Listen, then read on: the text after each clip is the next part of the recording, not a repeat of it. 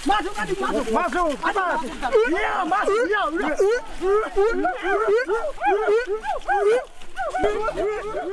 Kayu besi rawa sepanjang 17 meter ini disiapkan untuk membuat salib. Melihat panjangnya, timbul pertanyaan, siapakah yang akan disalib? Siapapun itu, pasti sesuatu yang lebih besar dari mereka. Tapi Frankie Woro, Casimilus Awe, dan warga suku Auyu di Papua Selatan ini tak akan melukai siapapun. Mereka memakai salib ini sebagai tanda perlawanan.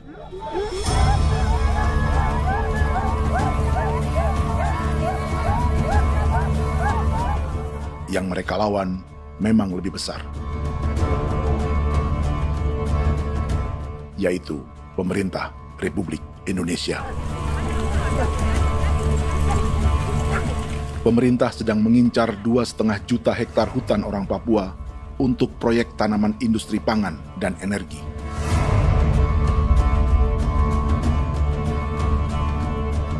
Ratusan kilometer dari salib orang-orang Auyu itu, orang Muyu sedang menyiapkan gerakannya sendiri. Tapi kali ini dalam bentuk sebuah pesta. Pesta yang disiapkan oleh marga Kimco Jinibju selama 10 tahun.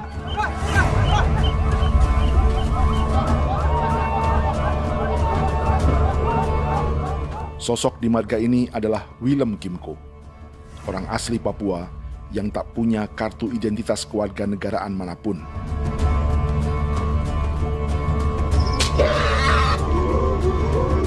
Pesta adat ini sudah cukup langka. Tak hanya di Papua, bahkan di kawasan Pasifik dan peradaban Melanesia. Awalnya bayarnya kalau pernah. Internet ada kode kerem bipnuka, dan jitana ya kati ko berem baran dipo. Kami mengambil ko kuning. Ada gagasan dan gerakan sosial di balik pesta orang-orang Muyu ini.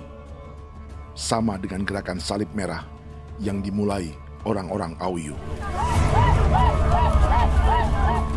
Salib ini akan menjadi yang terbesar dari 1.800 salib merah yang telah ditancapkan berbagai suku di Papua Selatan dalam 10 tahun terakhir. Ribuan salib merah yang dipadukan dengan palang adat adalah tanda larangan yang menyatukan unsur-unsur adat dan agama.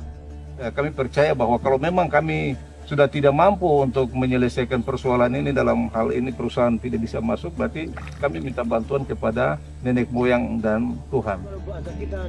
Atribut perang orang Auyu ini diukir atau dilukis, digambar di batang salib ini dengan tujuan bahwa kami larang dengan sangat keras. Jadi apabila siapapun, baik dari antara kita sendiri yang melanggar batas ataupun pihak lain yang mengganggu keselamatan hak tanah adat kami, maka kami siap untuk melakukan ancaman perang. Salib-salib ini tidak ditancapkan di halaman-halaman gereja, melainkan di tanah dan hutan adat, di dusun-dusun sagu, dan di tempat-tempat yang disakralkan. Sebab 1.800 palang adat dan salib ini memang bukan semata tentang agama, tapi untuk mencegah negara dan perusahaan memasuki tanah dan hutan adat mereka. Papua bukan negara kosong.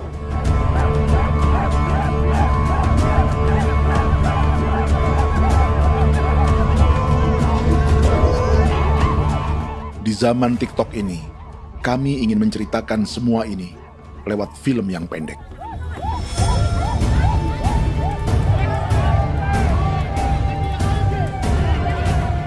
Tapi kami jelas gagal.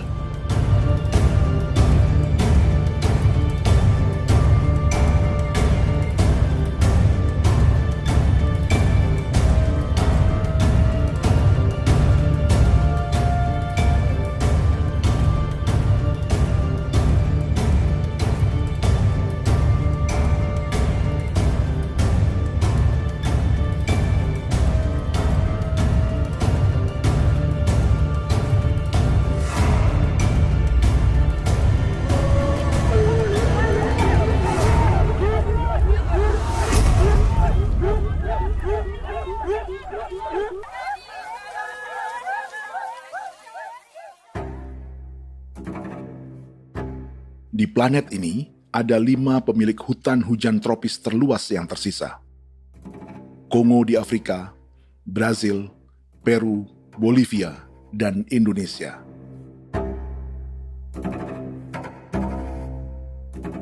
Di Indonesia, satu-satunya pulau yang hutannya masih terjaga adalah Papua, pulau terbesar kedua di dunia setelah Greenland. Lewat sejarah kolonialisme yang panjang, pulau ini kini dikuasai 2 negara. Bagian barat oleh Indonesia yang juga dikenal sebagai West Papua, dan bagian timur menjadi Papua Nugini. Dan tepat di perbatasan ini, di bagian Indonesia, sedang terjadi proyek pemusnahan hutan terbesar di dunia.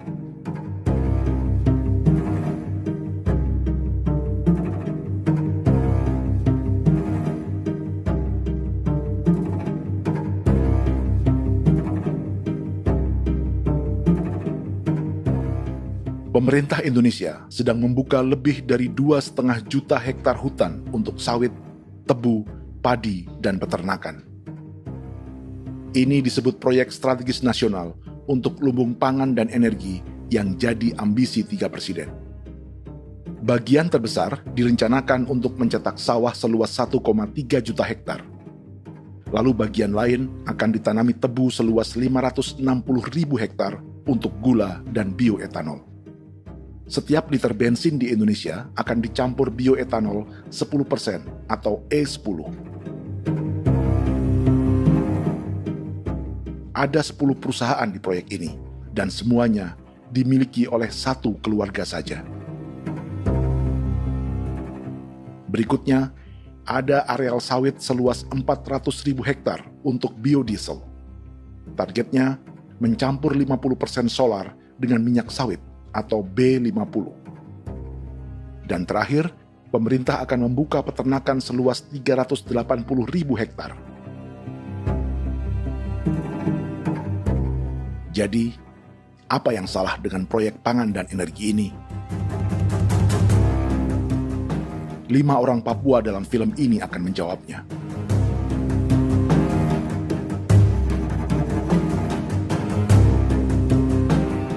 Yang pertama adalah Yasinta Moiwen dari suku Marin.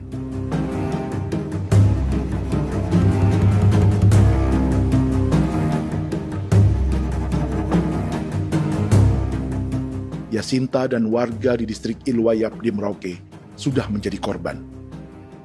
Hutan dan rawa sebagai sumber pangan dan ekonominya telah dihancurkan. Jalan sepanjang 135 km sedang dibuat, dan di kiri kanannya akan dicetak 1 juta hektar sawah. Mereka sulit menolak atau melawan. Salib sudah digeser, masih datang lagi dengan senjata mereka nih. Karena proyek ini juga dijaga tentara. Macam-macam senjatanya.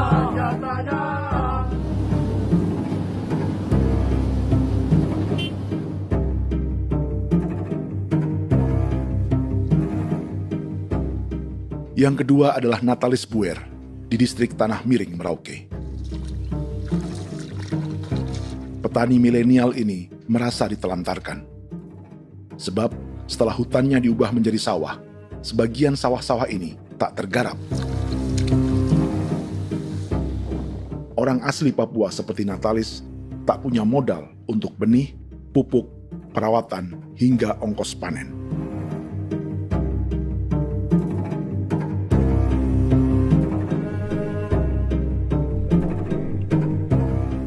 Orang ketiga adalah Vincent Kuipalo dari suku Yenan di distrik Jagebob, Merauke. Vincent dan suku Ye sedang menjadi korban.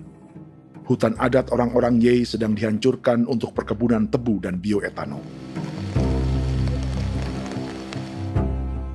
Tanah mereka juga diincar untuk markas-markas militer, pasukan yang akan menjaga proyek pangan dan energi ini.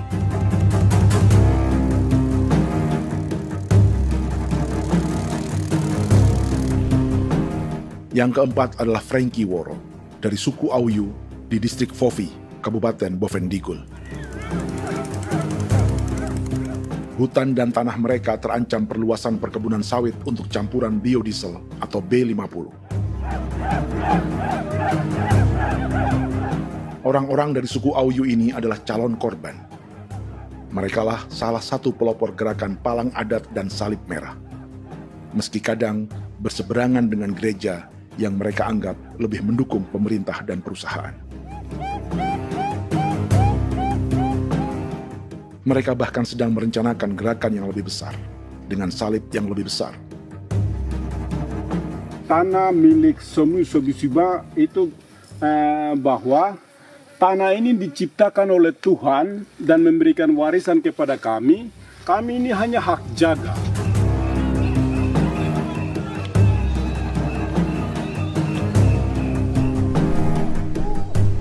Sosok kelima adalah Willem Kimco dari suku Muyu di Bovendigul. Tokoh adat dari Muyu ini hidup di garis belakang proyek negara, sehingga belum menjadi korban. Tapi mereka sedang bersiap menghadapi segala kemungkinan. Tinggal di belantara dan perbatasan membuat sebagian mereka tak punya status kewarganegaraan. Tapi mereka telah hidup jauh sebelum ada Indonesia atau Papua Nugini.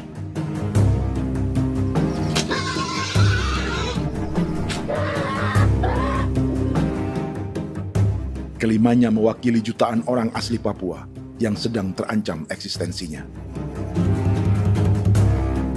Jika kita merasa kepunahan peradaban Neanderthal di Eropa, Aztec dan Inca di Amerika, atau aborigin di Australia adalah sejarah masa lalu, film ini menceritakan bagaimana pemusnahan sebuah bangsa dan kepunahan sebuah peradaban sedang terjadi di masa hidup kita.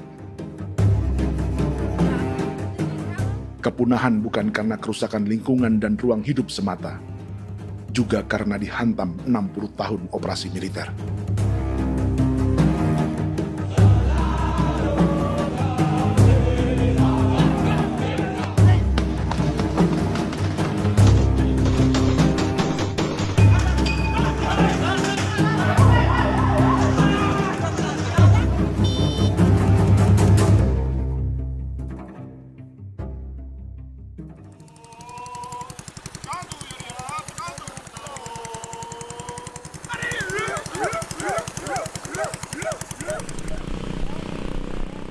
Frankie Woro dan orang-orang Auyu sedang berburu.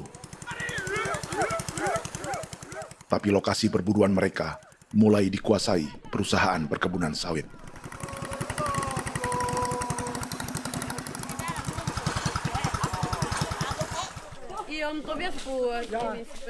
Kita akan menuju arah ke Inabusu. Di sana kami akan masuk di wilayah konsesi perusahaan PT Indo Asiana Lestari, dan di situ ya ada survei-survei mereka yang mereka pernah lakukan, tapi juga kami ada lakukan tanda-tanda saksi di sana.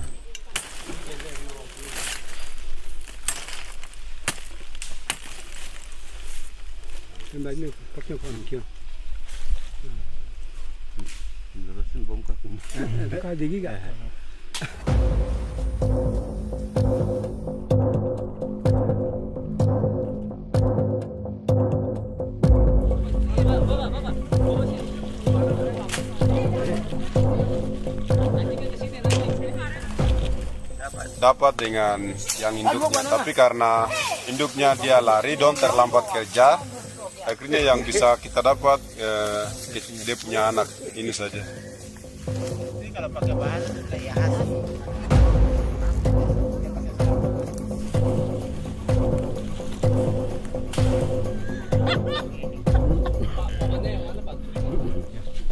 Pohon ini pohon bitanggur, dia punya kayu ini kita biasa gunakan untuk kerja perahu, dan juga kulit depu getanya itu kita pakai untuk kerja ini, panah-panah ini lem, jadikan lem ini, panah-panah. Hutan ini adalah supermarket bagi suku Auyu. Juga lumbung pangan atau bank untuk menyimpan deposito kekayaan alam. Hutan juga tempat yang penuh dengan sejarah suku, situs budaya, dan tempat-tempat sakral. Inilah yang sedang mereka pertahankan dari incaran pemerintah dan perusahaan. Untuk semua alasan ini, mereka menancapkan ribuan salib merah.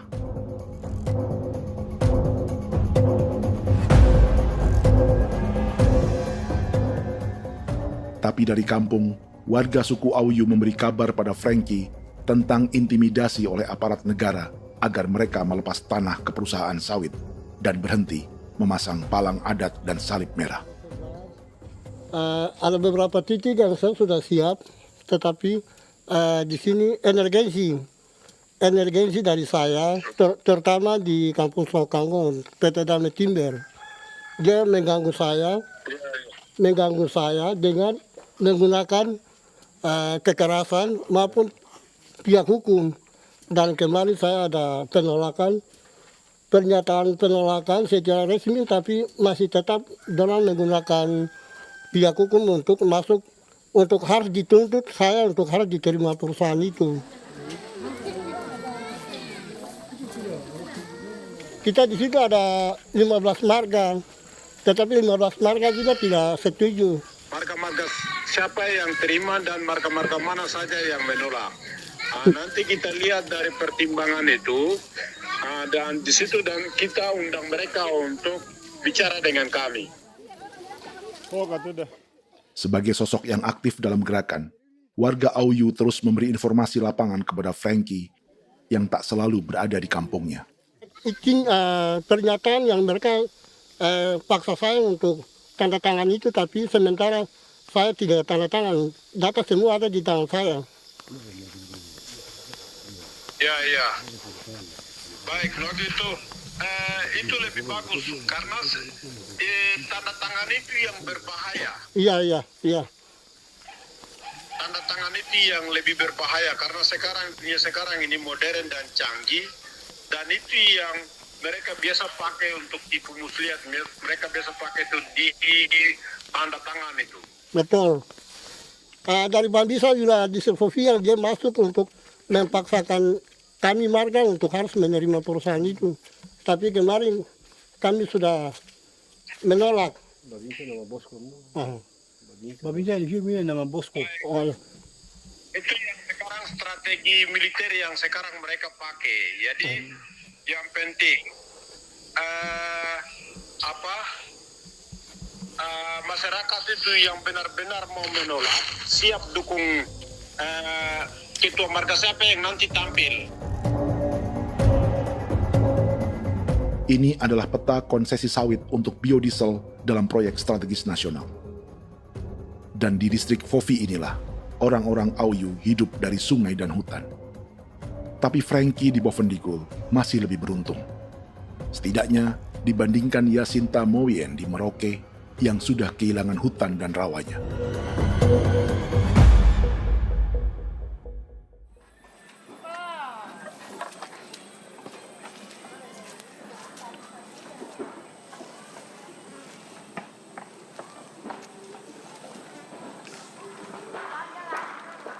Yasinta dari suku Marin adalah petani sayur di Kampung Wanam, distrik Ilwayap, Merauke.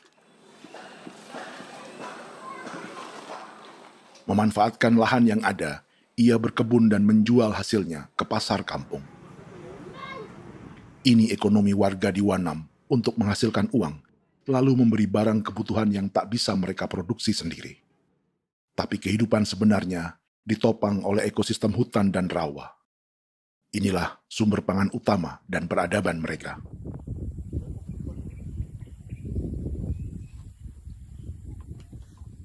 Namun ketenangan ini diusik ketika tiba-tiba pada Mei 2024, di Pelabuhan Wanam datang ratusan alat berat untuk proyek pangan dan energi pemerintah.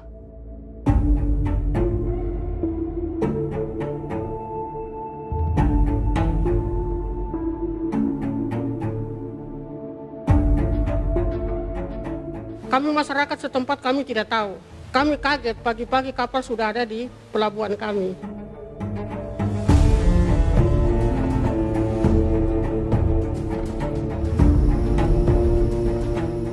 Yasinta Moywen atau Enrika Gebze dan warga lainnya tak pernah diajak bicara atau dimintai pendapat.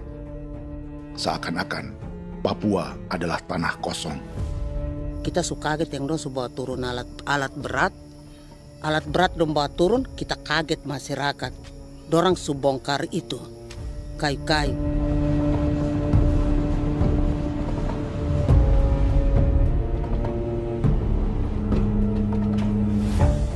Bersamaan dengan alat-alat berat itu, juga berdatangan tentara Indonesia untuk mengawal proyek pembukaan hutan milik Jacinta.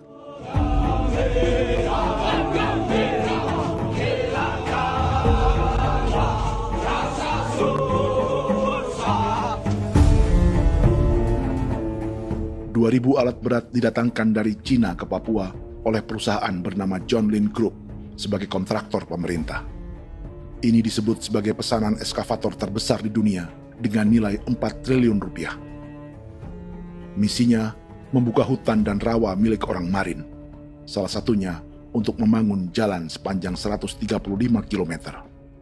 Sementara di kiri kanannya akan dicetak sawah yang ditargetkan seluas 1,3 juta hektar. Jalan berupa garis lurus ini bukan rute tradisional ekonomi masyarakat. Jalan ini akan menghubungkan kawasan perkebunan sawit dan tebu di sebelah timur, juga untuk mobilisasi pasukan militer. John Lin Group adalah perusahaan yang dimiliki Andi Samsudin Arsyad atau yang dikenal dengan Haji Isam. Sebagian orang mengenalnya sebagai pengusaha yang hobi balapan mobil.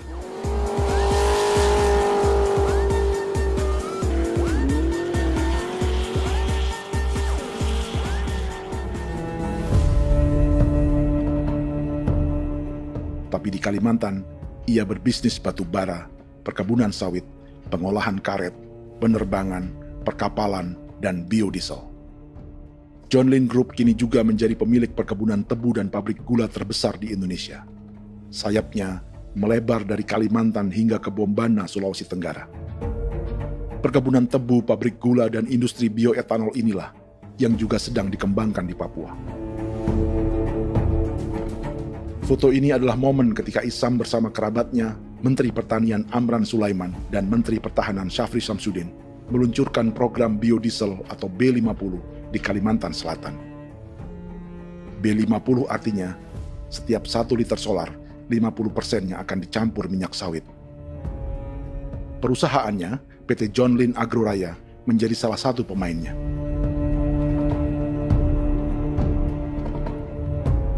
Sepanjang tahun 2025, saham PT John Lin Agroraya pernah naik hingga 700%.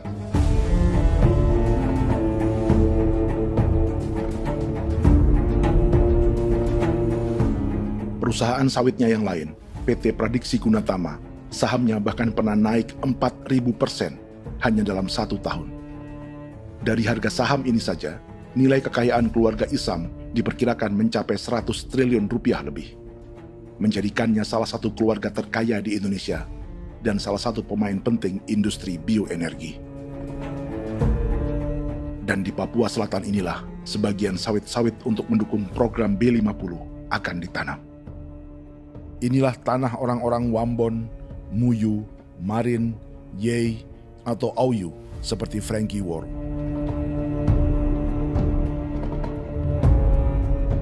Haji Isam pernah menjadi tim kampanye nasional Presiden Joko Widodo dalam pemilu 2019 saat melawan Prabowo.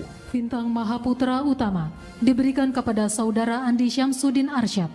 Beliau berjasa luar biasa dalam mendorong pertumbuhan ekonomi daerah maupun nasional. Setelah menjadi presiden, Prabowo memberi gelar kehormatan Bintang Mahaputra Utama pada Isam.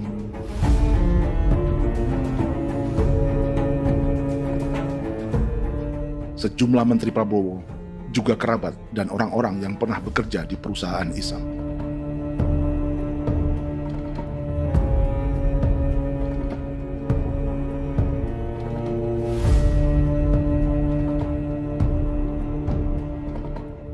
Lawan sebesar inilah yang sedang dihadapi Jacinta di kampung Wanam, Merauke. Atau petani perempuan lain seperti Enrika Gebze. Jadi alam kita ini sudah rusak. Jadi kita itu biasa jalan dari sini tuh harus pasang jerat di situ, harus cari makan di situ lagi. Itu tempat-tempat itu pasang-pasang jerat, tempat babi, rusa, sekarang sudah tidak ada lagi.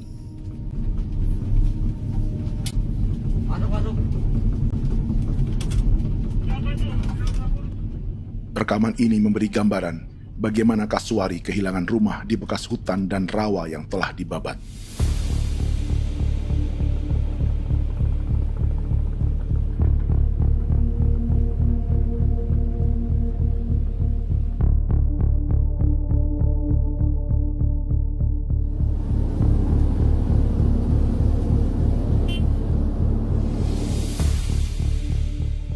Keterlibatan tentara dalam proyek pangan dan energi di Papua memakai dalih bahwa ancaman terhadap negara kini tak hanya perang secara militer, tapi juga melalui pangan dan energi. Kementerian Pertahanan pun terlibat karena proyek ini dianggap operasi militer selain perang. Jadi tugas kamu adalah menjaga sumber cadangan pangan nasional. Macam-macam senjatanya, Proyek ini menambah panjang alasan mempertahankan kehadiran tentara di Papua dalam 60 tahun terakhir. Saat ini, jumlah tentara Indonesia di Papua mencapai 56.000 personel, atau ada 1 tentara untuk setiap 100 orang Papua. Bandingkan dengan rata-rata nasional, di mana hanya ada 1 tentara untuk 696 penduduk Indonesia. Itu belum termasuk polisi. Artinya, 1 orang Papua dijaga lebih banyak senjata dari rata-rata penduduk Indonesia. Tanah dan hutan diambil secara sepihak untuk kepentingan pembangunan batalion dan bandar antariksa. Ini bentuk perampasan masyarakat. Penolakan kehadiran markas-markas militer terjadi di sejumlah tempat di Papua. Tak hanya karena trauma dan ketakutan, juga karena mengambil tanah-tanah adat.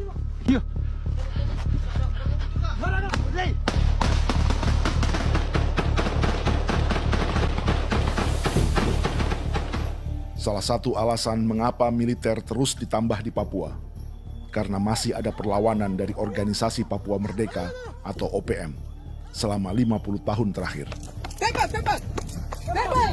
Ayo. Tapi kekuatan militer OPM diperkirakan hanya 1.430 personel dan 360 pucuk senjata. Selebihnya, mereka menggunakan senjata tradisional.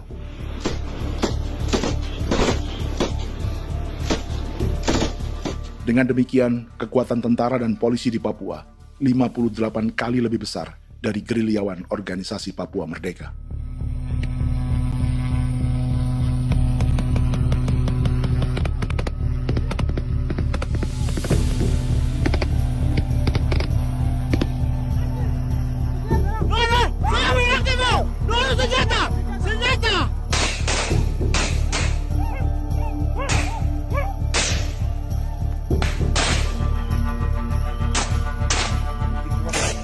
Sebagian tentara berada di garis depan pertempuran, tapi sebagian besar lainnya terlibat operasi non-tempur menjaga proyek pemerintah dan investor swasta. Seperti Batalion Infanteri Teritorial Pembangunan di distrik Jagebob, Merauke ini. Lokasinya bersebelahan dengan konsesi lahan tebu untuk gula dan bioetanol milik PT Murni Nusantara Mandiri. Baik perusahaan maupun markas militer, keduanya mengambil hutan milik suku Ye dari marga Kuipalo. Tapi dorong datang, tanam ini saja di sini, tanam papan nama ini. Victor Kuipalo menunjukkan apa yang terjadi. Jadi kita juga kaget ini. Nah, kalau ini papan nama ini memang, ini papan nama ditanam tapi bukan haknya mereka yang ini. Ini hak kami di sini, hak dusun kami, marga Kuipalo yang punya hak dusun ini. Setelah memasang patok, alat berat mulai bekerja untuk membangun markas militer di tanah orang Ye.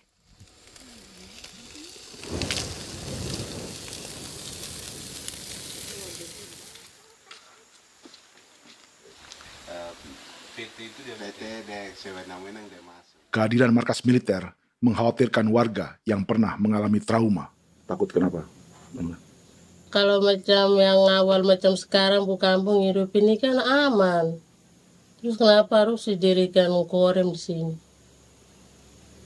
Bukankah dengan adanya Korem semakin aman ada tentara di sini? Kalau untuk kampung kayaknya tidak bisa aman kalau ada tentara, paling masyarakat dipukul itu ini. Kalau kampung hidup begini malah saya sejahtera dan saya punya masyarakat. Apa pernah ada pengalaman buruk sebelumnya dengan tentara di daerah sini? Ada yang cerita waktu pos-pos di sini tuh di 13, 12 itu zaman katanya Patimura. Memang kasihan. Malah kita punya orang ini yang dianiaya betul, dipukul. Disuruh kerja bakti tidak mau atau lama mencari, namanya kita pangkur sagu itu butuh waktu 1 minggu. Kalau lama begitu ya paling diseret apa pukul itu. Operasi militer Indonesia di Papua dimulai tahun 1962 lewat Operasi Trikora. Tapi perlawanan bersenjata pertama di Papua baru dilakukan tahun 1965 di Manokwari. Nanti tanggal 1 Mei jam 12.30 pemerintahan di Irian Barat mutlak akan jatuh di tangan.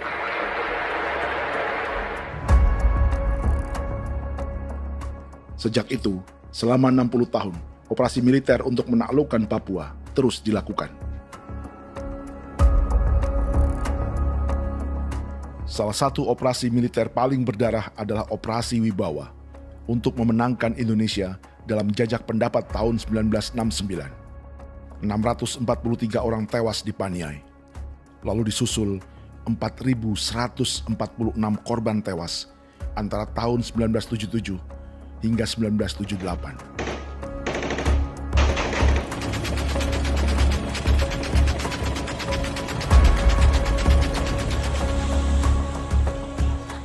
Operasi militer ini menimbulkan gelombang pengungsian hingga kini.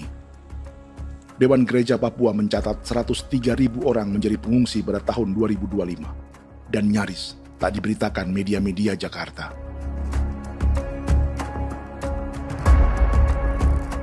Jumlah pengungsi terbesar tercatat di Nduga yang mencapai 20.000 jiwa. Banyak di antaranya yang sedang hamil, seperti Jubiana, salah satu pengungsi Nduga. Jadi ini tagarik mesti kagi be muguruk berselari di namen wane gosel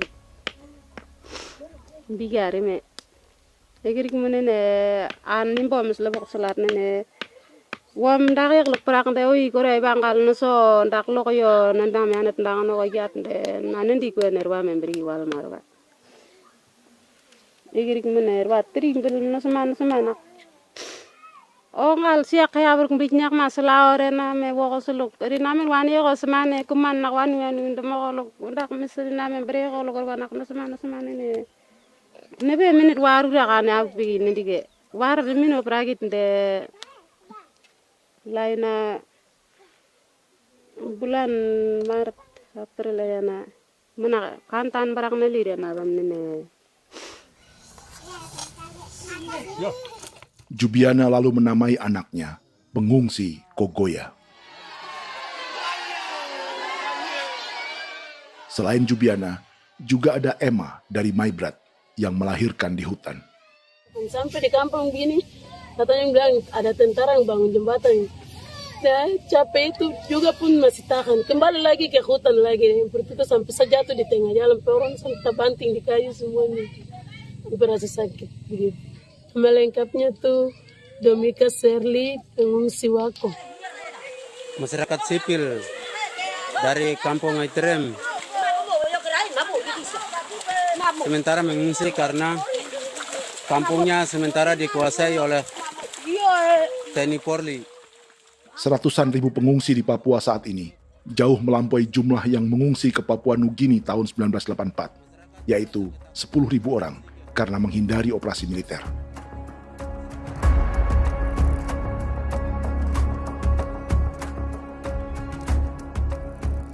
Bersamaan dengan operasi militer, eksploitasi sumber daya alam Papua juga dilakukan sejak masuknya tambang emas dan tembaga Freeport pada tahun 1967.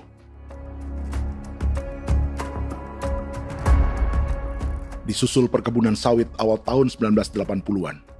Lalu ada perburuan buaya untuk diambil kulitnya. Sebelumnya, ada eksploitasi gas alam di Teluk Bintuni, pencarian besar-besaran kayu gaharu, atau pembukaan hutan tanaman industri. Ini belum termasuk perburuan dan perdagangan ikan arwana di selatan Papua, penebangan kayu merbau dari hutan-hutan Jayapura, emas di Blok Wabu Intan Jaya, bahkan nikel di pulau-pulau kecil Raja Ampat. Dan kini, dalam skala yang belum pernah terjadi dalam sejarah, Papua dipaksa mencetak sawah, tebu untuk bioetanol, dan sawit untuk biodiesel.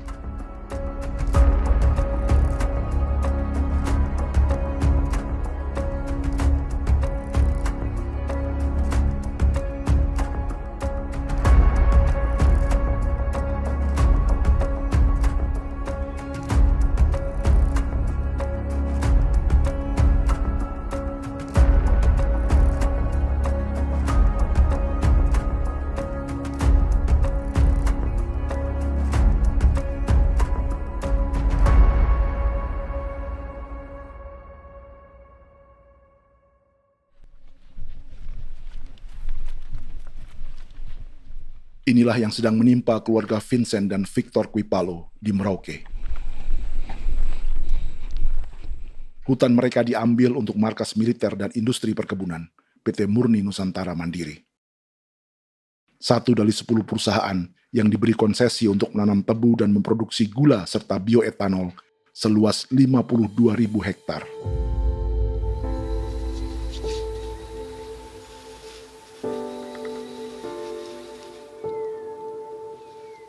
Perusahaan ini dianggap mengambil hutan dan tanah orang-orang Ye, terutama marga Kuipalo, yang memiliki hak adat terhadap 2.300 hektar hutan.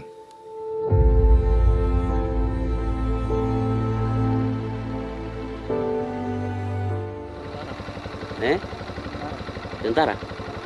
Tentara. Oh iya, tentara.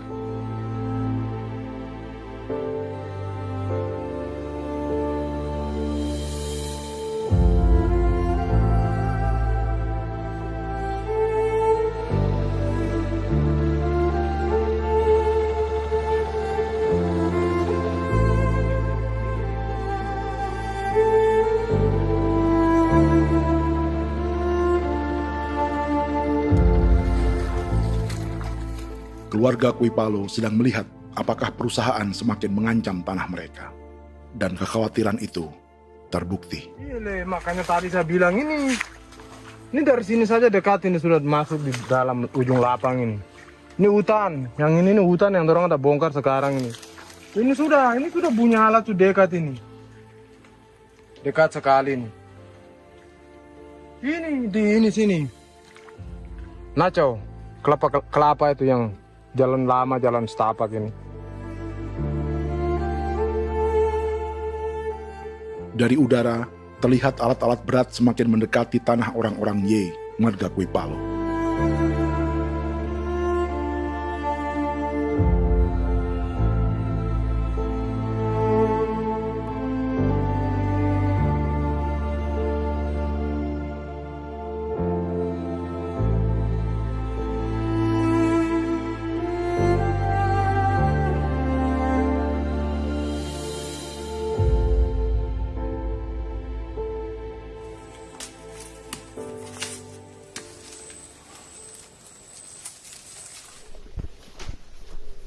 Keesokan harinya, Victor dan kerabatnya memberi tanda cat merah di pohon-pohon yang berada di batas tanah mereka.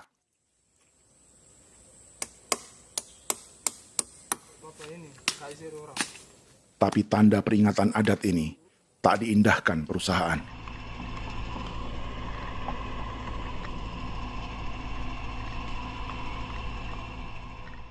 Dua bulan kemudian, perusahaan tetap memasuki tanah marga Kuipalo. Sama. Kami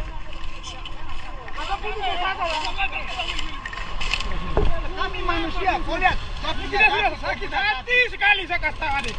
Ini sama baik ini kalau tidak berubah lagi adik. Kami juga punya tangan, hanya beda rambut. Mister itu juga. Wah, buka. Tidak.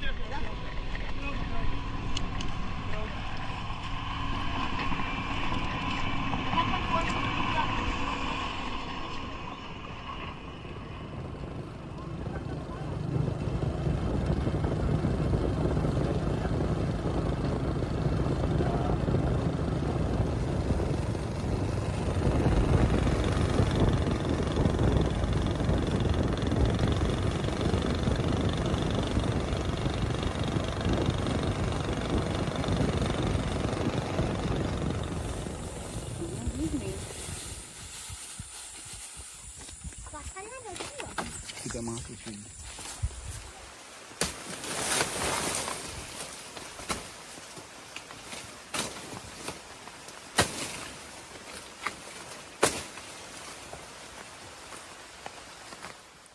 Jadi ya untuk itu seperti saya katakan tadi, apakah lebih baik kita tidak usah ada kan atau bagaimana, kita pisahkan, pisahkan dari negara ini kan, jangankan tuh. Saya kemarin bicara sama Daniel, datang sama saya dengan persoalan Kodam ini.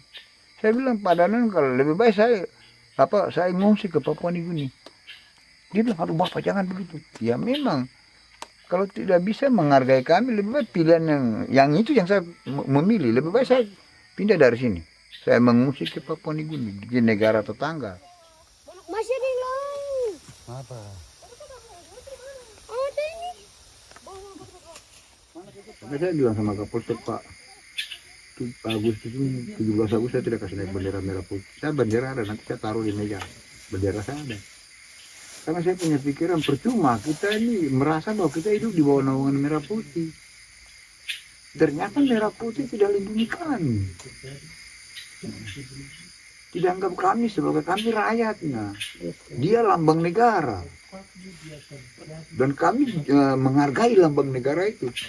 Ternyata lambang negara ini, kita bernaung di bawah lambang negara ini, kita tidak dilindungi. Hak kita tidak dihargai.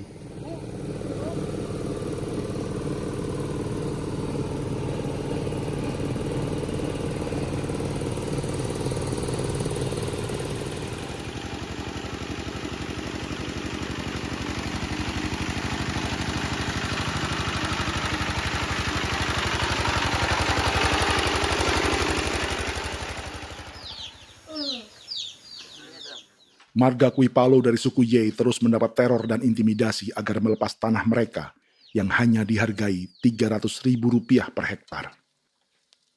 Tapi mereka tidak berjualan tanah.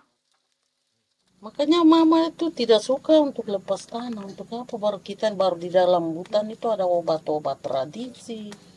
Itu sudah Kalau macam ada sayur juga, kita ambil sayur yang dia tumbuh sendiri. Jadi kita ini mau kemana, kalau itu sudah digusur, ya habis. Kita ini jadi penonton. Jangan sampai kita ini duduk minta di jalan. Jadi kita tidak mau seperti itu. Makanya tanah itu kita tidak melepas. Tapi mungkin orang lain tuh dia senang saja. Lebih baik saya pegang uang merah dulu. Saya bisa beli-beli itu ini. Nanti datang uang sudah habis, gembel, mau cari kemana lagi, hutan sudah habis, mau makan ikan di mana, kali sudah hancur. Seperti Yasinta di Wanam, suara dan gerakan kaum perempuan Papua sangat nyaring dan tak bisa diabaikan. Saya sebagai perempuan tolak untuk perusahaan masuk di sini. Karena kalau saya terima anak-anak saya mau dikemanakan, mau tinggal di mana. Apapun yang terjadi saya tetap tolak. Demi tanah ini saya akan berjuang, demi saya punya anak-anak. Yang katanya mengutamakan anak Papua, nyatanya yang kerja kebanyakan ya orang-orang Jawa. Dan sendiri orang Jawa, tapi bukan mau bicara yang tidak-tidak. Memang kenyataannya seperti orang-orang Papua itu diterbelakangkan, kurang diutamakan, gitu.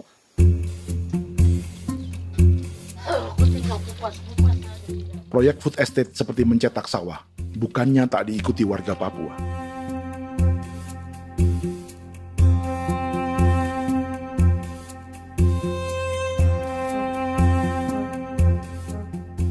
Salah satunya Natalis Buer di distrik Tanah Miring, Merauke.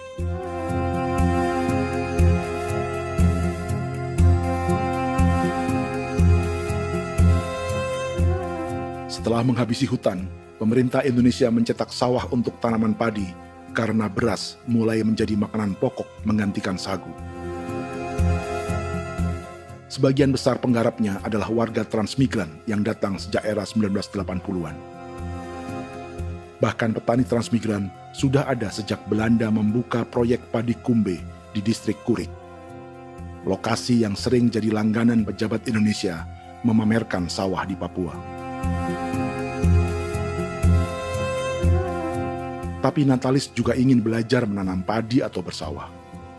Namun ia kesulitan karena dibutuhkan modal untuk benih, pupuk, hingga pemeliharaan dan panen. Lalu sawah-sawah ini pun mulai dikuasai pendatang.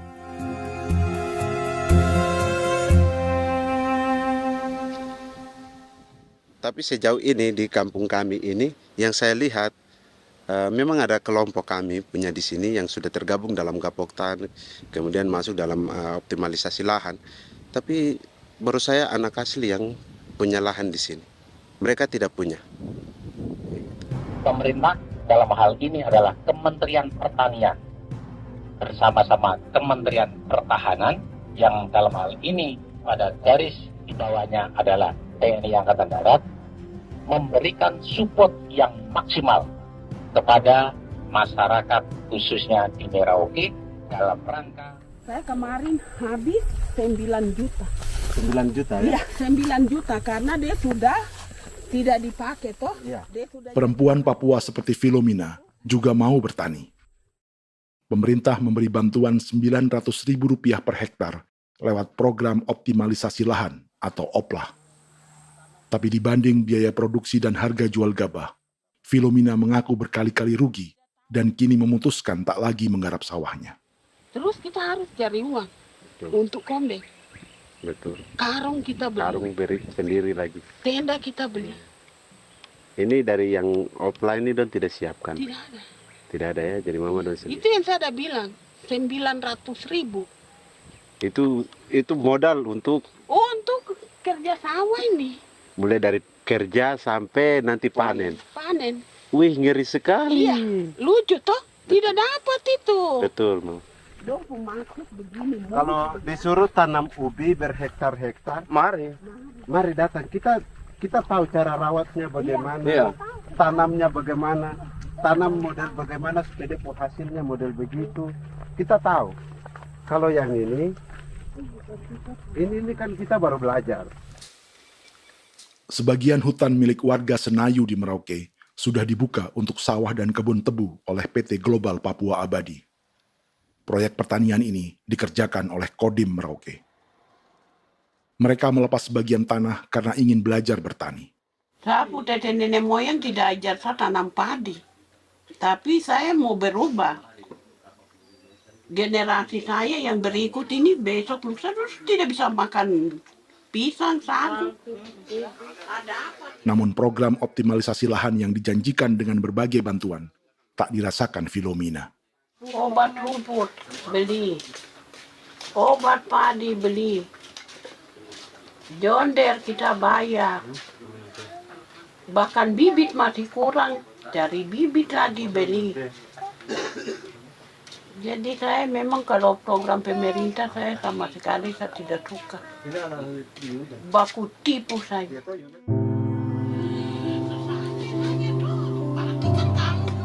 Mereka merasa ditinggalkan sendiri, jatuh bangun belajar bertani padi.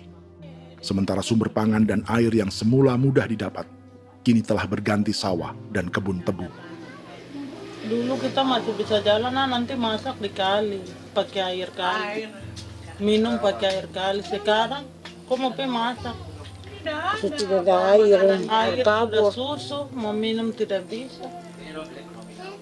Sudah dengan obat. Drone semprot tebu itu saja drone. Drone yang semprot. Saya lihat di itu.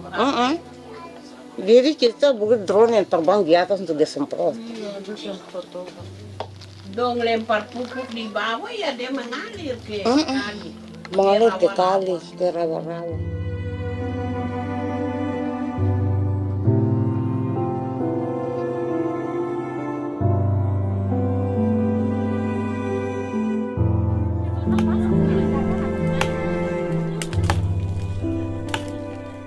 Seperti pertanian sawah bagi orang Bali atau Toraja, Bagi orang Auyu dan suku-suku lainnya di Papua Selatan, sagu juga bukan semata tentang pangan.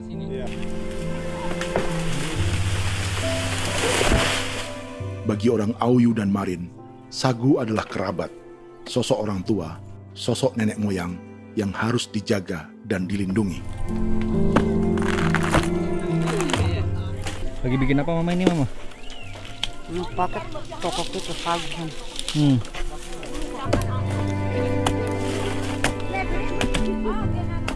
Kami diingatkan oleh leluhur, sagu itu tidak boleh digusur dan tidak boleh diganggu dengan cara apapun, dan di dalam rangka kepentingan apapun tidak boleh. Kamu harus bela, bahkan sampai nyawa pun harus menjadi taruhan demi membela keselamatan penggerakkan sagu di atas tanah ini.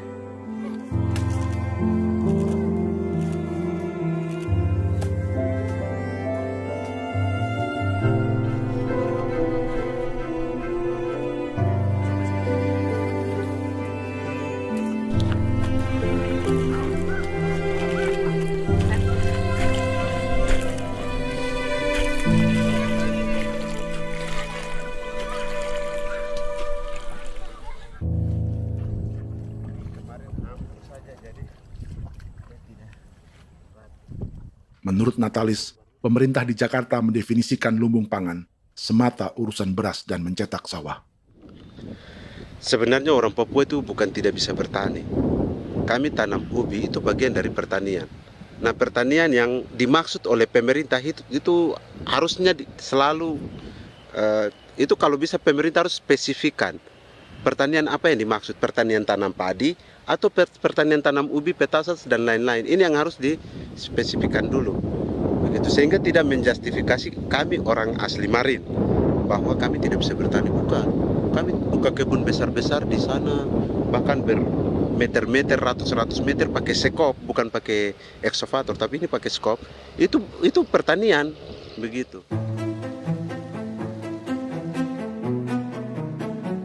Bagi Natalis, alih-alih memaksimalkan sawah-sawah yang sudah ada untuk petani Papua, pemerintah selalu membuka hutan baru, seperti dikerjakan perusahaan John Lynn Group dan melibatkan tentara. Padahal, sejarah keterlibatan militer dalam proyek food estate atau cetak sawah adalah sejarah kegagalan yang bertubi-tubi 4 presiden selama 30 tahun terakhir.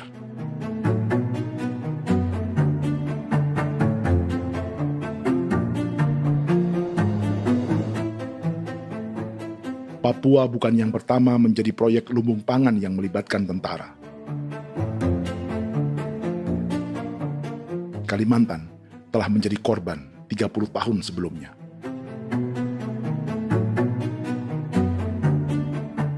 Ini adalah bekas hutan yang sudah dibuka di Pulang Pisau, Kalimantan Tengah. Tahun 1996, di era Presiden Jenderal Soeharto, ia menghabisi 1 juta hutan di lahan gambut untuk mencetak sawah demi memenuhi ambisi swasembada beras, bukan swasembada pangan.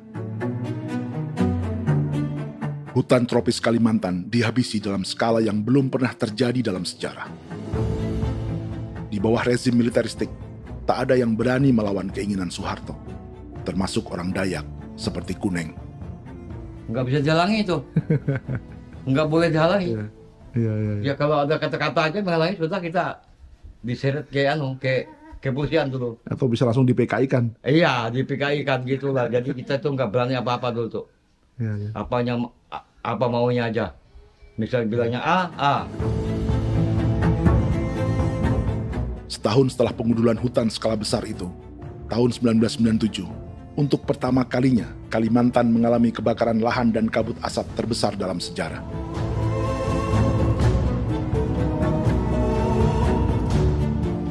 Sebagai ilustrasi, ini kondisi kabut asap tahun 2015.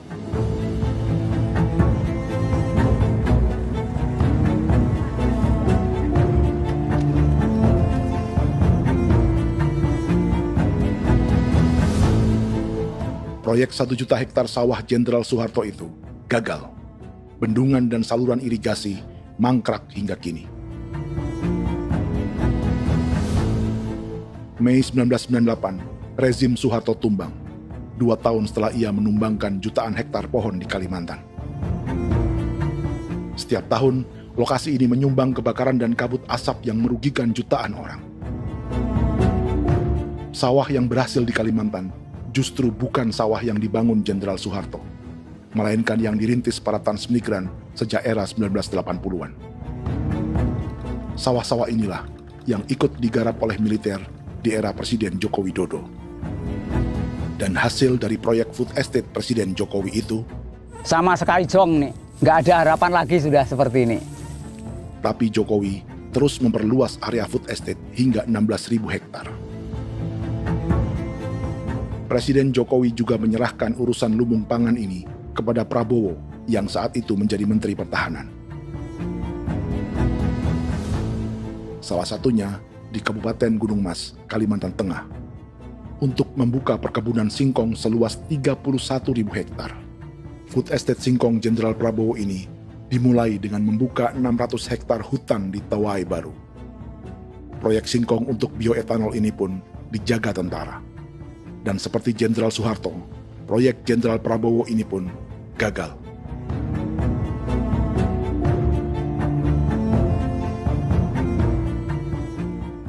Dengan reputasi ini, Joko Widodo dan Prabowo justru sedang membuka 2,5 juta hektar di Papua.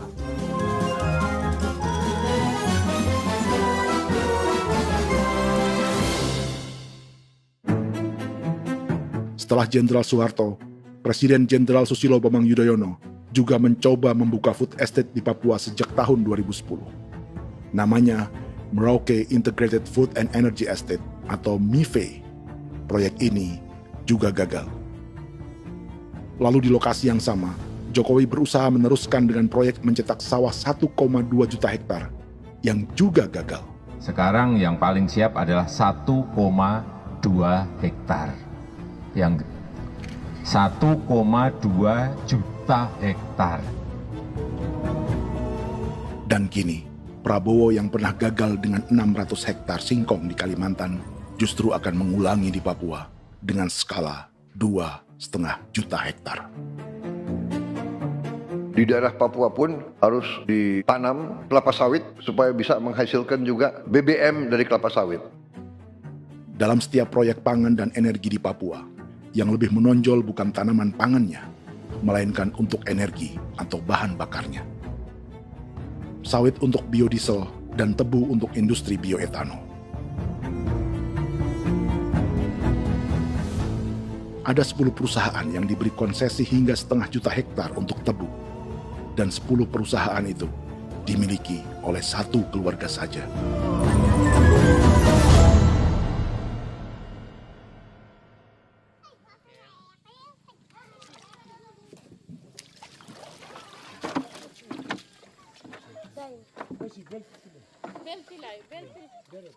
Para perempuan Auyu di Bovendigul akan berangkat memancing. Priska Beni membantu menyiapkan perahu.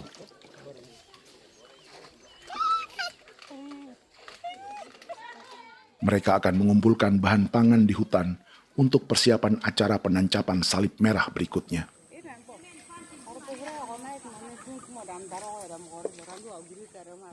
Priska sudah mengambil posisi memancing.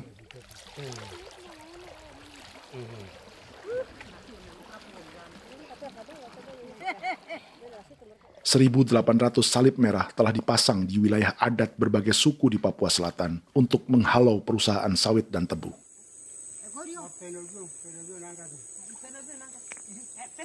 Maria Tebung yang paling muda datang membawa hasil. 2 ekor ikan gastor alias gabus toraja. Sebagai generasi Z, pendidikannya sampai sekolah dasar. Di perusahaan perkebunan seperti sawit atau tebu, ijazah SD hanya bisa menjadi buruh kasar. Tapi ia tak tertarik. Karena kita hidup itu dari alam, kita pancing, juga di darat, bawa anjing, terus bikin pagar sagu, dapat babi, bawa baru kita makan. Jadi kita tidak mau perusahaan masuk. Kita tidak akan terima.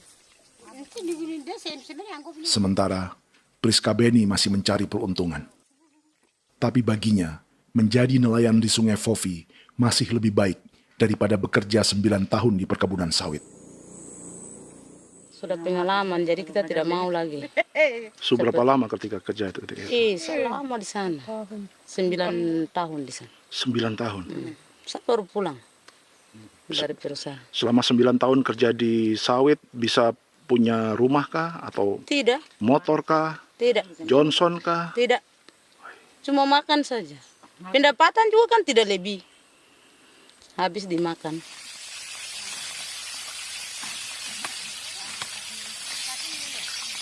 Satu minggu libur berapa hari?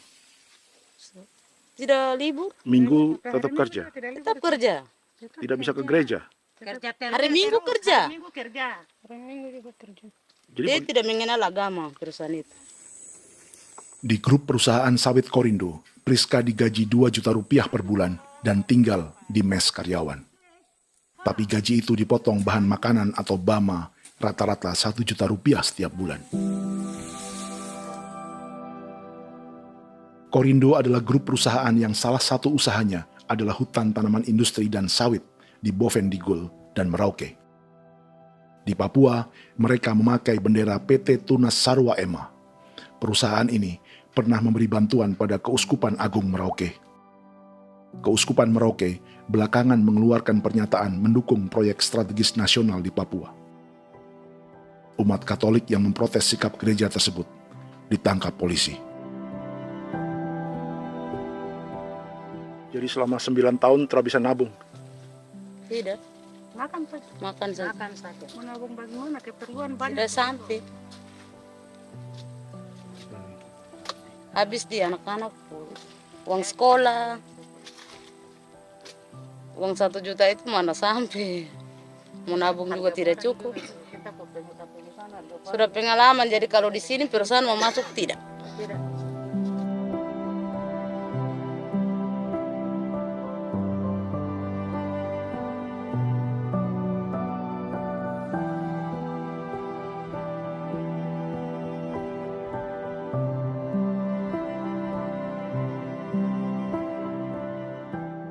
Dan menu makan siang seperti ini agaknya sulit bagi buruh sawit atau tebu yang digaji 2 juta rupiah per bulan. Generasi Z seperti Maria Tebung atau generasi milenial seperti Priska Beni punya matematika ekonominya sendiri. Sawit untuk biodiesel atau tebu untuk bioetanol tak akan ada bedanya bagi mereka.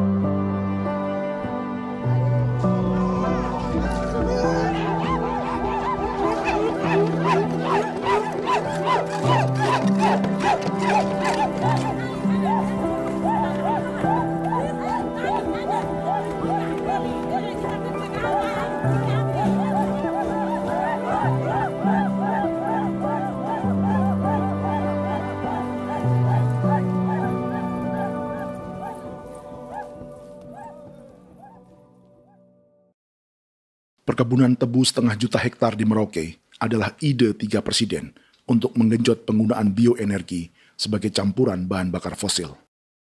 Selain swasembada pangan, swasembada energi di daerah Papua pun harus ditanam kelapa sawit supaya bisa menghasilkan juga BBM dari kelapa sawit. Juga tebu menghasilkan etanol. Singkong, kasava juga untuk menghasilkan etanol. Bioetanol adalah bahan bakar nabati atau tumbuhan yang dapat dicampur dengan bensin. Sama dengan program biodiesel yang mencampur solar dengan minyak sawit. Pertamina saat ini sudah menjual BBM bioetanol dengan campuran 5% yang dipasarkan dengan merek Pertamax Green 95. Tapi pemerintah ingin menaikkan kadarnya menjadi 10% atau E10. Maka ke depan kita akan mendorong untuk ada E10. Kemarin malam sudah kami rapat dengan Bapak Presiden. Bapak Presiden sudah menyetujui untuk direncanakan mandatori 10% etanol. Idenya untuk mengurangi ketergantungan pada bahan bakar fosil yang diimpor dan menimbulkan polusi.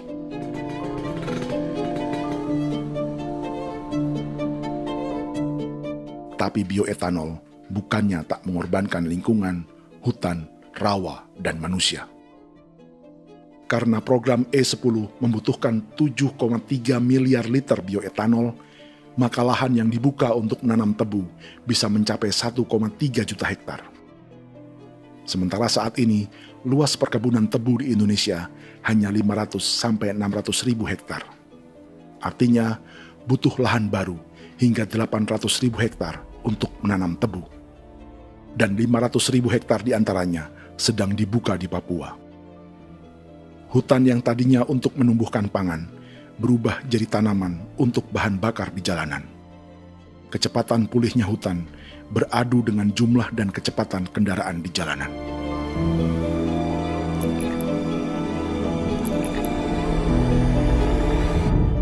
Dahaga terhadap energi tak pernah bisa dipuaskan.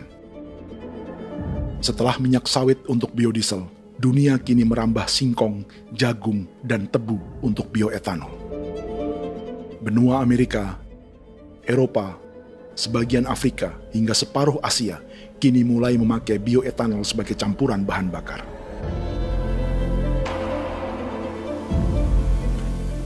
Selain perebutan lahan, masa depan dunia juga dibayangi semakin mahalnya harga pangan karena persaingan antara perut manusia dengan tangki kendaraan.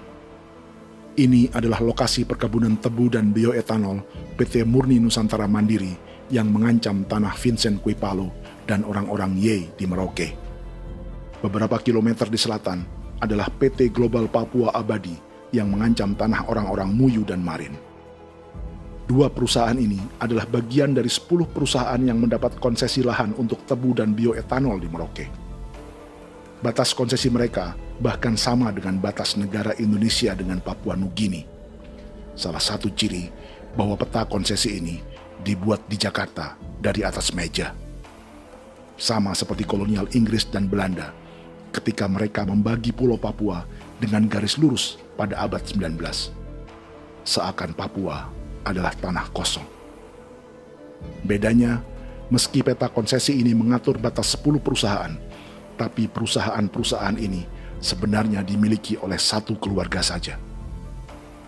Ini nama 9 dari 10 perusahaan tebu dan bioetanol di Merauke, Papua. 99% saham mereka dimiliki sebuah perusahaan bernama PT Merauke Nusantara Manis. Sementara 1% sisanya dimiliki PT Merauke Gula Mandiri. Tapi saham kedua perusahaan ini dimiliki PT Merauke Sugar Group.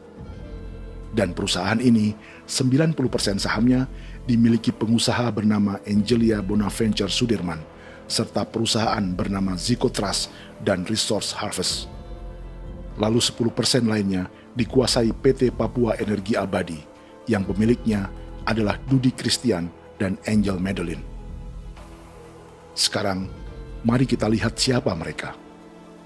Angelia Sudirman adalah keponakan dari salah satu konglomerat sawit Indonesia, Martias Fangiono. 9 perusahaan di Papua ini berada di bawah bendera Merauke Sugar Group. Dan Merauke Sugar Group hanya satu dari 7 grup perusahaan milik keluarga Fangiono.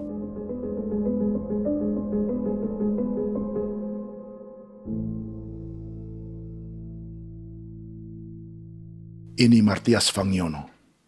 Seperti Haji Isam, Martias selama ini dikenal sebagai pengusaha sawit yang kini merambah bisnis tebu dan bioetanol. Ini momen saat penanaman perdana tebu di Merauke bersama Presiden Joko Widodo Juli 2024. Di sini juga ada anak Martias Fangiono, yaitu Wirastuti Fangiono. Wirastuti adalah salah satu yang menonjol dari keluarga Fangiono. Tahun 2025, Forbes mencatatnya sebagai konglomerat termuda dengan kekayaan 23 triliun rupiah yang mengendalikan 2 grup usaha, FAP Agri dan Surya Dumai Industri. Keduanya adalah perusahaan sawit dan biodiesel. Anak dan bapak ini adalah investor utama bagi Jokowi dan Prabowo untuk proyek tebu dan bioetanol di Papua.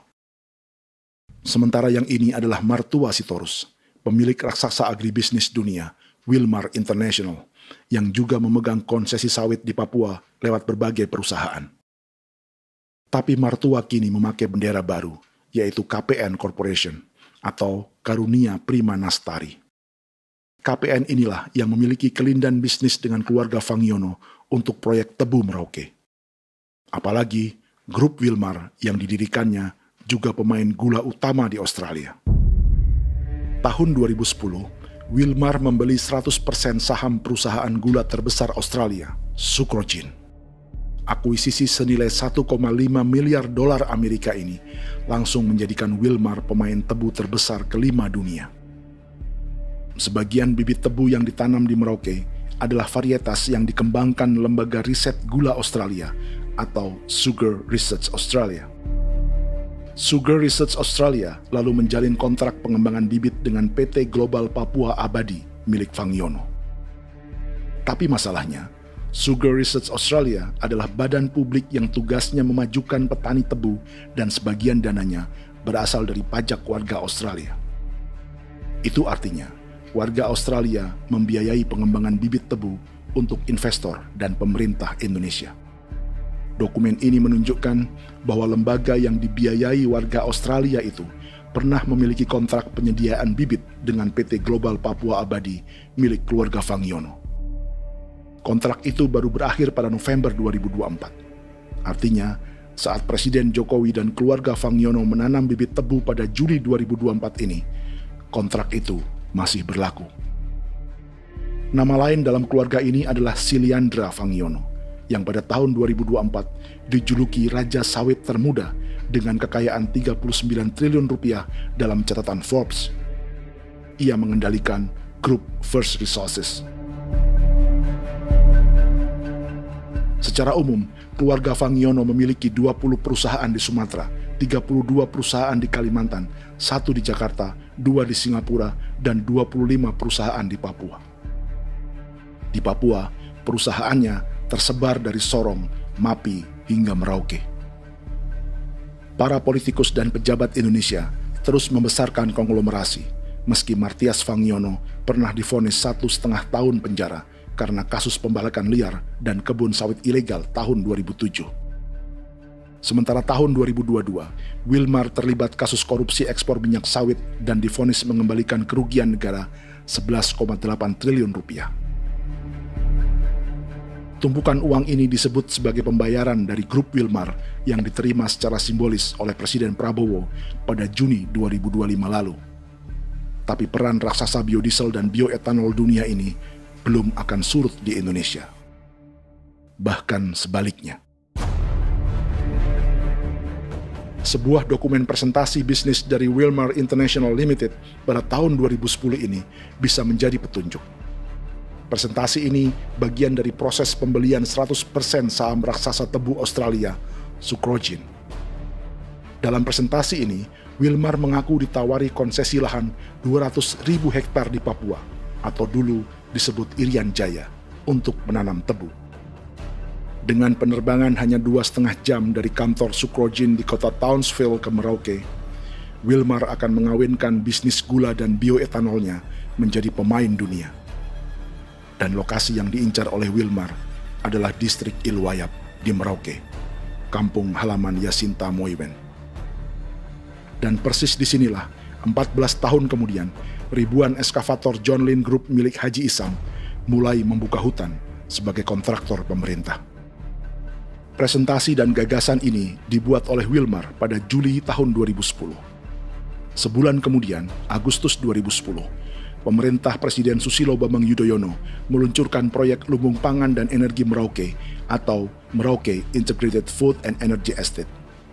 Targetnya membuka lahan 1 juta hektar dalam 5 klaster yang masing-masing 200.000 hektar.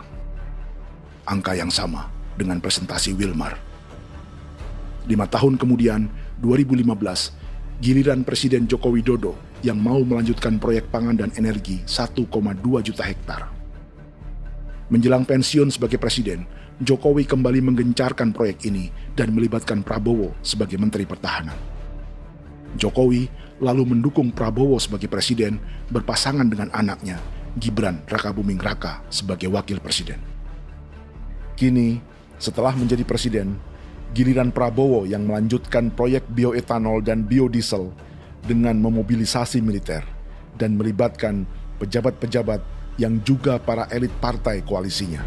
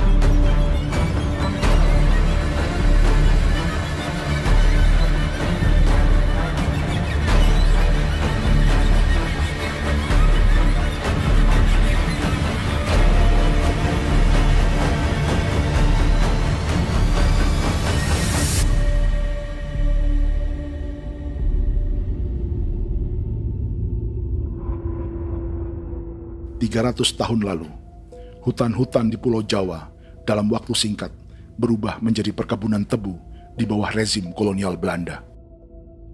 Orang Jawa menjadi buruh dan petaninya dipaksa menanam tebu. Dari kolonialisme dan politik tanam paksa itu, Belanda memperkaya negara dan para investornya. Tak puas membuka hutan untuk perkebunan di Jawa dan Sumatera, kolonial Belanda menanam tebu hingga di Suriname dan mengerahkan ribuan orang Jawa sebagai buruh pada tahun 1890. Inggris yang sudah menguasai negara seluas India dan Papua Nugini pun masih menanam tebu jauh di tengah Samudra Pasifik, di tanah orang-orang Fiji. Lalu memindahkan puluhan ribu orang India menjadi buruh di sana. 200 tahun sebelumnya, ratusan ribu orang Afrika bahkan diperbudak untuk bekerja di perkebunan-perkebunan tebu Spanyol dari selatan Eropa hingga Karibia, Kuba, atau Jamaika. Jika dulu tebu menjadi gula atau emas putih, kini cerita kolonialisme tebu berlanjut di Papua untuk bahan bakar nabati atau bioetanol. Dan seperti semua cerita tentang kolonialisme, akan ada yang berpesta dan ada yang membayar. Dalam setiap cerita pesta kolonialisme, baik di Jawa, Karibia, atau di Papua, selalu melibatkan para elit lokal, dari pejabat, perwira, hingga agamawan. Tapi dalam setiap kolonialisme, juga selalu ada cerita tentang mereka yang mempertahankan diri dan melawan.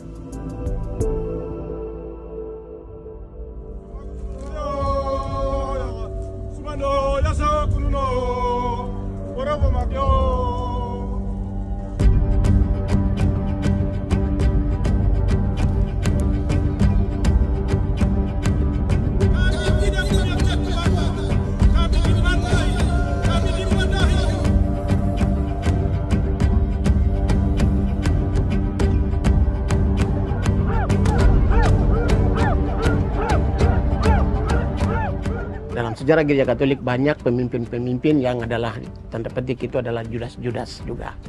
Jadi itu sudah pasti karena itu adalah manusia. Nah, satu sisi sebagai manusia dalam perjalanan digoda, apalagi ada dalam posisi-posisi jabatan ya mungkin banyak tawaran-tawaran lain, lalu disitulah terjadi pergeseran keberpihakannya kepada misi gereja tadi itu untuk umat, untuk mereka yang tertindas. Orang kirim eksavator, orang kirim tentara, orang kirim polisi. Pukul kami bukan pencuri, kami tidak pernah mencuri orang barang. Kami tidak pernah menangis ke orang lain. Kami tidak pernah menangis ke kita bapak mama, kami menangis kepadamu. Tuhan kami lemah. Mesti datang ada begitu. Dia kata begini hijau cikui ya. Orang datang ke bangsa kami, ke wilayah kami untuk kasih habis kami.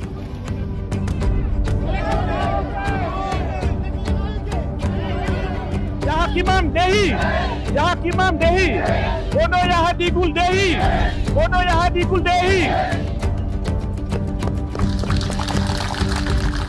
Kita buat sasi seperti begini untuk menolak perusahaan apapun yang masuk di tanah kami. Kalau kita kasih, kita bikin rusak sekarang, kita punya generasi berikutnya mau dapat kemana. Jadi kita nyatakan sikap di sore hari ini, kami tolak. Apa yang dilakukan pemerintah untuk PSN adalah kejahatan. Pemerintah bagian dari kejahatan, aktor perusak dan pembunuh terhadap negara, terhadap alam, hutan, terhadap manusia. Jadi negara jadi aktor pembunuh. Jadi Pilatusnya siapa? Negara, pemerintah Jakarta ini. Tanah Wiu bukan kosong. Masyarakat adat kami siapa? Perusahaan tolak. Biar asal.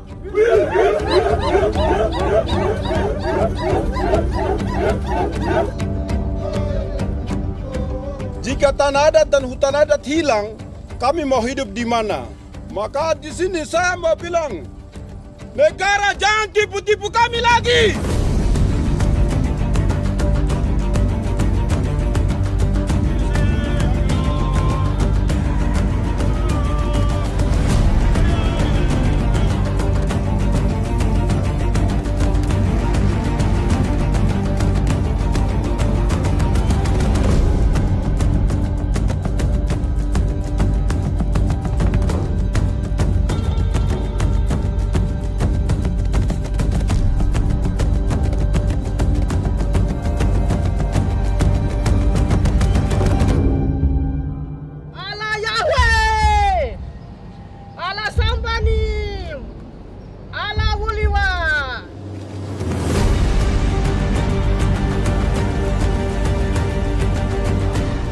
Kalau kami dianggap orang Papua itu bagian daripada Republik ini, tolong hargai kami. Dengan adanya PSN, PT John Lindrup yang sudah menerobos tanah kami dan hutan kami, merusak alam kami. Itu yang kami datang ke Jakarta jauh-jauh dari Papua. Kami mau bersuara kepada Bapak Presiden Prabowo Subianto, di mana keadilan untuk masyarakat Papua. Tolong lihat masyarakat Papua yang sudah mati. Kami bersepakat menyatakan, 1. Gereja-gereja di Indonesia mendukung masyarakat adat yang menolak proyek strategis nasional di tanah Papua. 2. Gereja-gereja di Indonesia menolak militerisme dan otoritarianisme di Indonesia.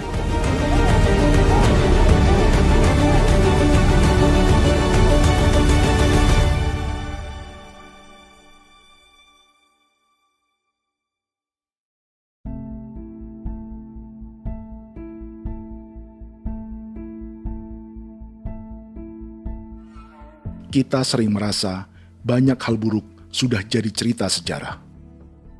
Dan kita sekarang hidup lebih baik, lebih beradab, atau mustahil melakukan kejahatan seperti di masa lalu. Kita tidak lagi menghukum mati orang dengan memenggal kepalanya. Kita menembaknya atau menyuntik racun agar tertidur dan mati. Tapi ada hal-hal yang tak berubah. Salah satu pembantaian yang kuat di ingatan kita adalah kejahatan Nazi atau genosida di Rwanda. Padahal pembantaian juga sedang terjadi di masa kita, seperti di Gaza, Palestina. Penghancuran sebuah peradaban seperti Indian di Amerika atau aborigin di Australia juga kita anggap masa lalu. Sekarang kita merasa lebih baik dan lebih toleran. Padahal proses penghancuran bahkan pemusnahan yang sama sedang terjadi terhadap bangsa Melanesia di Papua. Begitu juga dengan praktik kolonialisme. Kita merasa penjajahan seperti dilakukan Portugis, Inggris, atau Belanda sudah menjadi sejarah.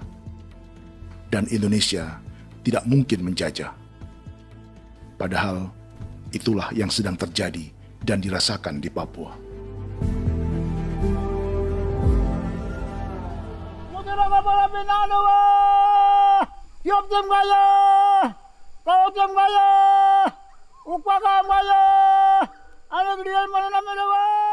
Jalannya sejarah ini disadari Willem Kimco di pedalaman Bovendigol, Papua.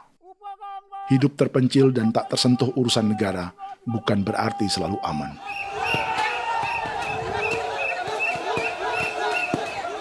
Untuk sampai di tempat ini, orang-orang Muyu menempuh 2 hari berjalan kaki mengarungi hutan, lembah, dan sungai. Termasuk mereka yang datang dari perbatasan Papua Nugini. Mereka berkumpul untuk memenuhi undangan pesta adat yang disebut Awon Atatbon atau Pesta Babi. Yang mengundang adalah marga Kimco Jinipjo. Yang dituakan di marga ini adalah Willem Kimco. Ia tak punya kartu tanda penduduk dan kewarganegaraan manapun, baik Indonesia atau Papua Nugini. Tahun 1984, 10.000 orang Papua, terutama suku Muyu, mengungsi ke Papua Nugini untuk menghindari operasi militer Indonesia, termasuk Willem Kimco.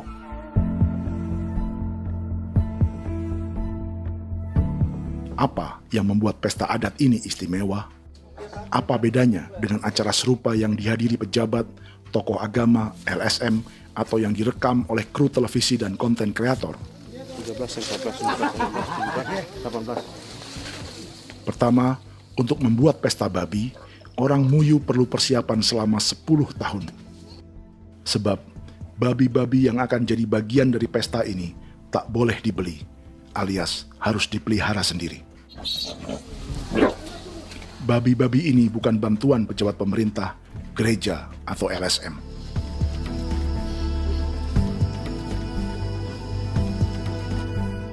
Yang kedua, babi-babi ini tidak dipelihara di kandang. Jadi punya nama babi ini kah? Harimau. Harimau? Harimau. Dia kulit dengan ini bulu di harimau, macam harimau begitu kan, kasih nama harimau. Setelah diberi nama, mereka dilepas liarkan di hutan sejak kecil. 10 tahun kemudian, jika tiba saatnya pesta, para pemburu akan mencari mereka di dalam 479 hektar hutan milik marga Kimco. Suku atau marga lain tak akan mencurinya di hutan, karena mereka sudah punya babi dan wilayah masing-masing. Itu artinya mereka harus tetap menjaga dan mempertahankan hutannya agar babi-babi bisa hidup. Demikian juga dengan lahan pangan mereka, yang menumbuhkan sagu, keladi, atau aneka sayuran.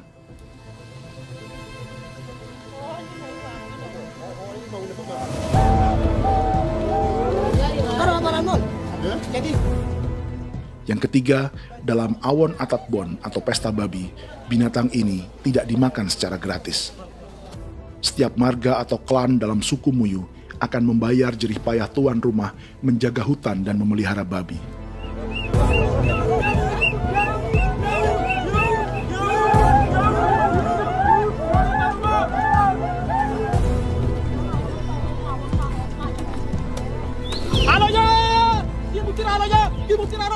Ini seperti arisan untuk menjaga budaya dan lingkungan. Bagian dari budaya dan ekonomi timbal balik yang ditandai dengan siklus memberi dan menerima.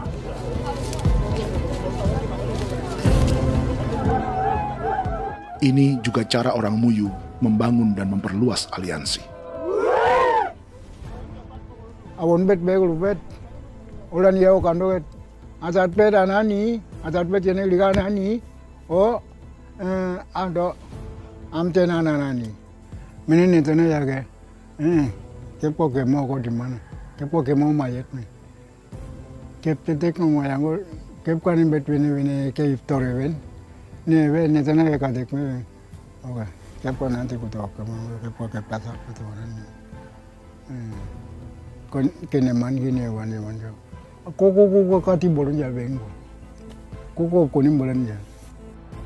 Jika Willem Kimco dan marganya bisa menjaga hutan dan wilayahnya, marga lain ikut diuntungkan sebagai sebuah ekosistem.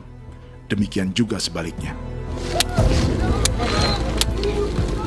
Alasan keempat, mengapa pesta babi ini memiliki tempat khusus dalam peradaban orang Muyu, karena Willem Kim Ko khawatir peradaban mereka akan punah, menyusul ancaman terhadap ekosistem dan hutan. Setiap marga atau klan harus mengkonsolidasi diri dan membangun aliansi.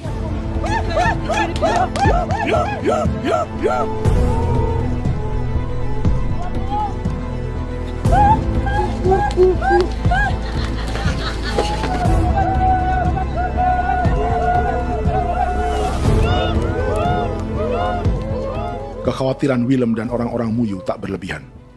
Ruang hidup mereka bersinggungan dengan proyek bioetanol dan biodiesel pemerintah Indonesia. Mereka juga tahu apa yang telah dan sedang menimpa suku lain seperti Auyu di Bovendigul atau Yainan dan Marin Anim di Merauke.